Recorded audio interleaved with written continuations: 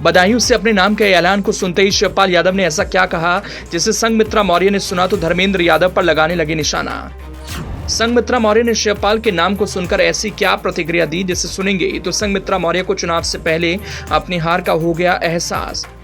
अखिलेश की इस रणनीति से स्वामी प्रसाद मौर्य का सपना टूटा। शिवपाल की उपस्थिति से बदायूं में सपा के पक्ष में बन गया बड़ा माहौल। सपा के राष्ट्रीय महासचिव शिवपाल यादव के नाम की घोषणा बदायूं के उम्मीदवार के तौर पर जब सपा की ओर से की गई, उस वक्त शिवपाल यादव इटावा में एक बेहद खास काम के लिए आए। वो इटावा में बन रहे केदारेश्वर मंदिर को देखने के लिए आए, एक तरह से महादेव का आशीर्वाद को लेने के लिए आए। मंदिर के अंदर शिवपाल प्रवेश करने वाले ही थे, तभी सपा की ओर से लोकसभा चुनाव के लिए 5 उम्मीदवारों की तीसरी लिस्ट जारी हुई। उस तीसरी लिस्ट में पहली लिस्ट में बदायूं से सपा उम्मीदवार बनाए गए धर्मेंद्र यादव की जगह शिवपाल यादव को प्रत्याशी बनाया गया। शिवपाल यादव को जैसे इस बात की जानकारी मिली, उन्होंने बड़ा बयान दिया। एक ऐसा बयान दिया जिसे सुनकर शायद बदायूं से मौजूदा बीजेपी सांसद संघमित्रा मौर्य तिलमिला जाएंगी। ऐसा लग रहा है वो घबरा गई, क्योंकि सपा की ओर से जैसे ही शिवपाल यादव के नाम की घोषणा हुई वैसे ही उनकी ओर से बयान आया। ऐसा लगा कि संघमित्रा मौर्य ने अखिलेश यादव से बदायूं को लेकर ऐसी रणनीति अपनाने की उम्मीद नहीं की थी। ऐसा लगा संघमित्रा मौर्य शिवपाल यादव के नाम को सुनकर घबरा सी गई और शिवपाल के साथ ही धर्मेंद्र यादव को बुरा भला कहने लगी। ऐसी बात कही, ऐसा लगा संघमित्रा को यकीन हो गया शिवपाल के आने से अब उनके पाले जीत बहुत दूर चली गई। संघमित्रा मौर्य ने क्या कहा उसके बारे में आपको बताएं, लेकिन अपने नाम की घोषणा को सुनकर शिवपाल ने क्या कहा वो जान लीजिए।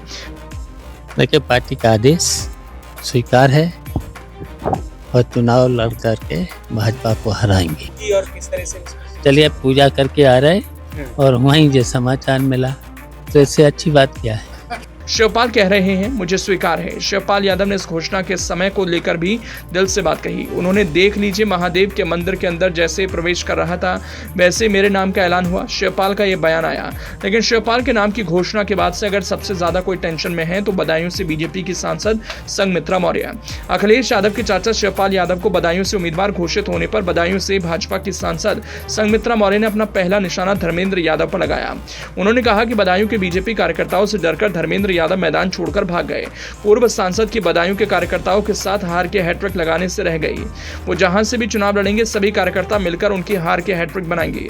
संघमित्रा ने चाचा शिवपाल पर भी जमकर तंज कसा। उन्होंने कहा भतीजे की जगह अब चाचा आए हैं, जो 2019 के लोकसभा चुनाव में फिरोजाबाद से भाजपा प्रत्याशी से 4,03,950 वोटों से हार गए थे। बदायूं के सभी कार्यकर्ता मिलकर चाचा की हार का अंतर बढ़ाएंगे। पीएम मोदी को जनता ने अब की बार 400 पार का आशीर्वाद दिया है। एक बार फिर मोदी सरकार के नारे के साथ बदायूं में फिर से भाजपा के कमल को खिलाने का काम करेंगे।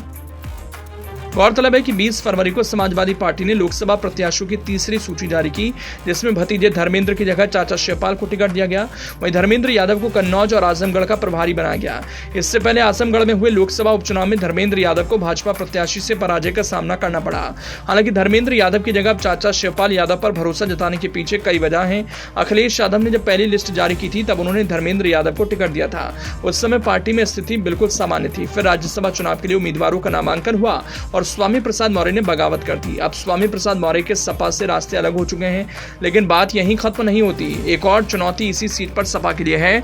बदायूं से मौजूदा बीजेपी सांसद और स्वामी प्रसाद मौर्य की बेटी संघमित्रा मौर्य सपा के लिए अगली चुनौती है। बेटी के भाजपा में होने के कारण स्वामी प्रसाद मौर्य उनके लिए बैटिंग करें या ना करें, लेकिन सपा के खिलाफ स्वामी प्रसाद मौर्य ने मोर्चा खोल रखा है। दूसरी ओर बीजेपी पर तमाम तरह के आरोप लगाने के बाद भी उन्होंने अभी तक अपनी बेटी के खिलाफ कुछ नहीं कहा, यानी पूरी तरह खामोश हैं। इसका राजनीतिक मतलब यह है कि दुश्मन का दुश्मन दोस्त होता है। इस परिप्रेक्ष्य में देखा जाए तो सपा का विरोध करने से सीधा लाभ उनकी बेटी को चुनाव में मिल सकता है। इन सभी राजनीतिक परिस्थिति और तमाम बिंदुओं को देखते हुए अखिलेश यादव ने धर्मेंद्र यादव की जगह अब शिवपाल यादव को अपना उम्मीदवार बना दिया।